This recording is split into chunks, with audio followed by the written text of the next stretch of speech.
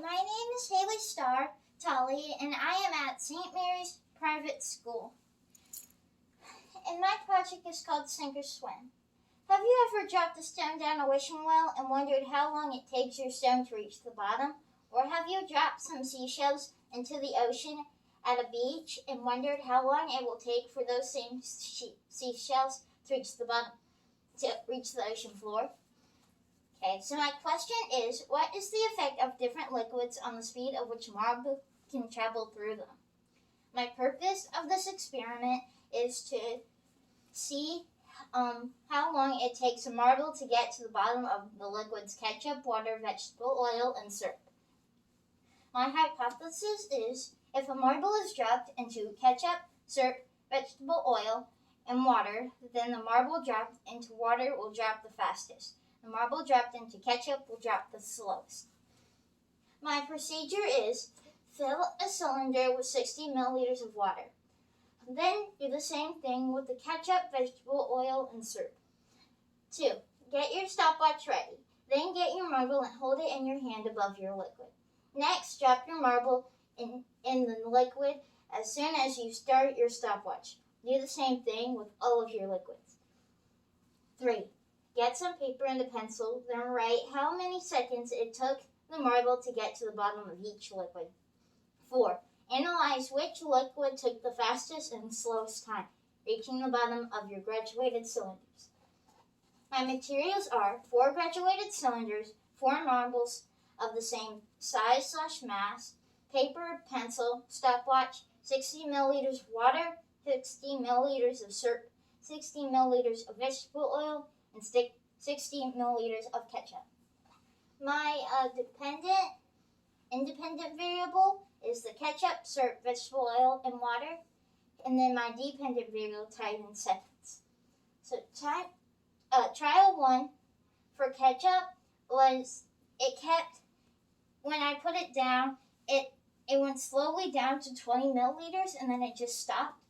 And then I stopped it at 4 days.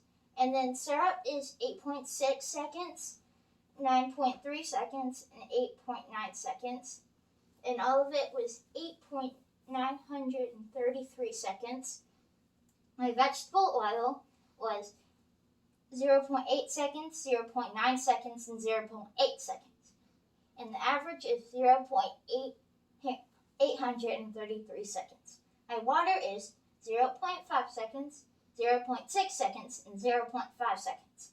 The average is 0.533. Here are the pictures of marble going down water, vegetable oil, syrup, and ketchup. And then here are my ingredients. Mm-hmm. The independent variable is the liquid, vegetable oil, syrup, and ketchup. The dependent variable is the length of time in seconds it takes for the marble to travel through the liquid. The controlled variables are the amount of liquid, the size/mass of the marble, and drop method. Here's the time for a marble to move through the liquids.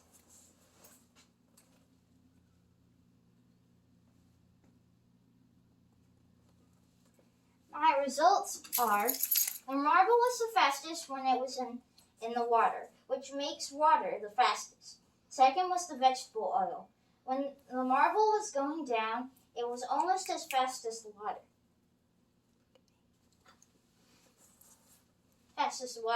But just a little bit slower. The syrup was slow, which makes it third fastest. Lastly, ketchup was very slow. And as I said, we dropped it into the ketchup and it just stayed there for 4 whole days. My conclusion. When the marble was going down the water, it almost had no resistance. When the marble was going down the vegetable oil, it was almost the same as the water, but just a little bit slower.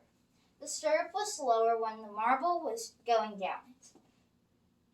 The viscosity of the ketchup was very high, so when the marble was dropped in the liquid, it had a huge resistance. If a marble is dropped in ketchup, syrup, vegetable oil, water, then the marble dropped in water would be the fastest. marble dropped and ketchup would be the slowest. My hypothesis is accurate. Additional questions about density and viscosity that would be posed for this investigation are: would a pebble take longer to fall to the bottom of the Great Salt Lake or the fresh water of Lake Superior? What variables affect the viscosity of lava in two different volcanoes? And then, if a pebble was dropped in a regular volcano or an underwater volcano, what would go slowest? Thank you.